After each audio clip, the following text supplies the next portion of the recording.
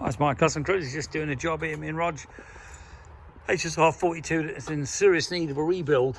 Really bad, still leaking from the float bowl, a lot of corrosion in it. Much like it's shitty ethanol fuel. You know, the ethanol water and that comes out of the ethanol and causes a lot of damage. Replaced all the seals on here. Sealed that to that with some super duper sealant that we use, and that's ready to take the car back again.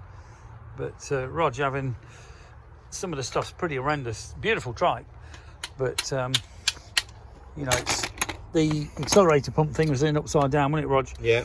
You know, the plunger. Yeah. Oh yeah. Fucking hell. This hasn't been sealing. This is a slide. Yeah, it's gummed in, isn't it? Yeah. The seal. We've got a rebuild kit for that anyway, haven't we? Yeah. Just loads of corrosion off the ethanol or whatever it is, and then you know, the bottom of the carburetor itself was pretty crap as well. There was loads of grit in the slide as well from someone. Yeah, causing the scores. Yeah. Yeah. But you can see, beautiful looking trike, really cool. But needs a mud guard. This one actually snapped off when he was going along. Got super traps going on, which is really good exhaust in my eyes. Pretty cool looking thing. But hardtail, not too keen on the handbrake, don't work. You know, a couple of issues with it that want sorting out big time. Some steering stops, definitely. It actually surprises me now some of these things pass an MOT, because the handbrake is a testable thing, as is the...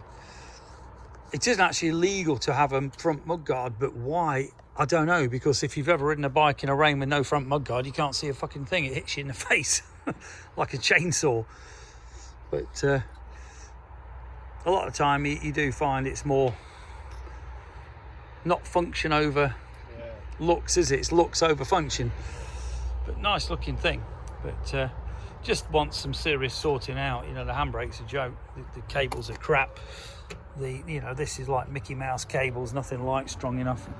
And then the braided hoses aren't even covered in plastic, and it's them screwed together cheap old-fashioned things that they used to use, not your proper Goodrich build lines or anything like that. But anyway, if you're interested in any